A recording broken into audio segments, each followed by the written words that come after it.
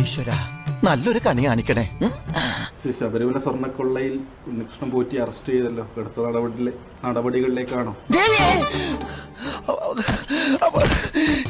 ഇത് കണിയല്ല കെണിയാ. തീർച്ചയായിട്ടും കടുത്ത നടപടിയിലേക്ക് തന്നെ മുന്നോട്ട് പോകുന്ന കാര്യത്തിൽ ഒരു തർക്കവുമില്ല.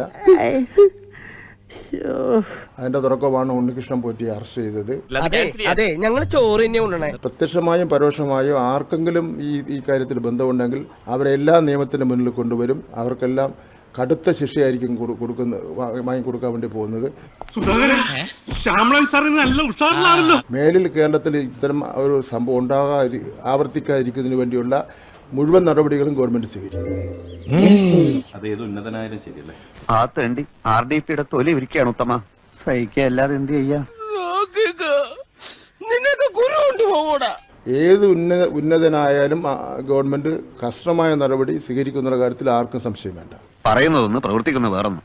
ഈ സർക്കാർ ഈ നടപടി സ്വീകരിക്കുമ്പോഴേ പ്രതിപക്ഷം വിശ്വാസ സംരക്ഷണ യാത്ര എന്ന് പറഞ്ഞിട്ട് സംസ്ഥാന വ്യാപകമായി സർക്കാരിനെതിരെ യാത്ര നടത്തുകയാണ്. പുറത്തിറങ്ങാൻ പറ്റാത്ത സ്ഥിതിയായല്ലോ ഈശ്വര.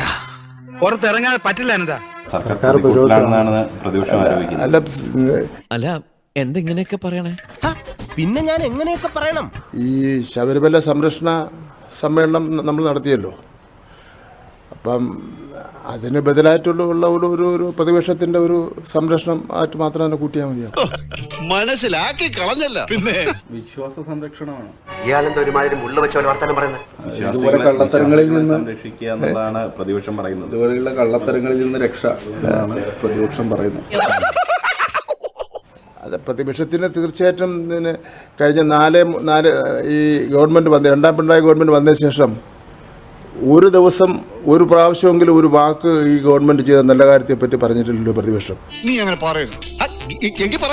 പ്രതിപക്ഷത്തിന്റെ പ്രധാനപ്പെട്ട ജോലി വാക്കൗട്ടും പിന്നെ പരിപാടിയിൽ പങ്കെടുക്കാതെ പോവുകയാണ്. അപ്പോൾ അതുകൊണ്ട് പ്രതിപക്ഷത്തിൽ നിന്ന് അത് മാത്രം പ്രതീക്ഷിച്ചാൽ മതിയാവും. നാണമില്ലേ ഇങ്ങനെ പറയാം? നാണമില്ലേ ഇങ്ങനെ പറയാം?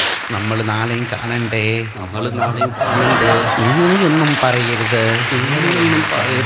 ഉള്ളിൽ സങ്കടം ഉണ്ട് കേട്ടോ. ഇങ്ങനെയൊന്നും പറയരുത്.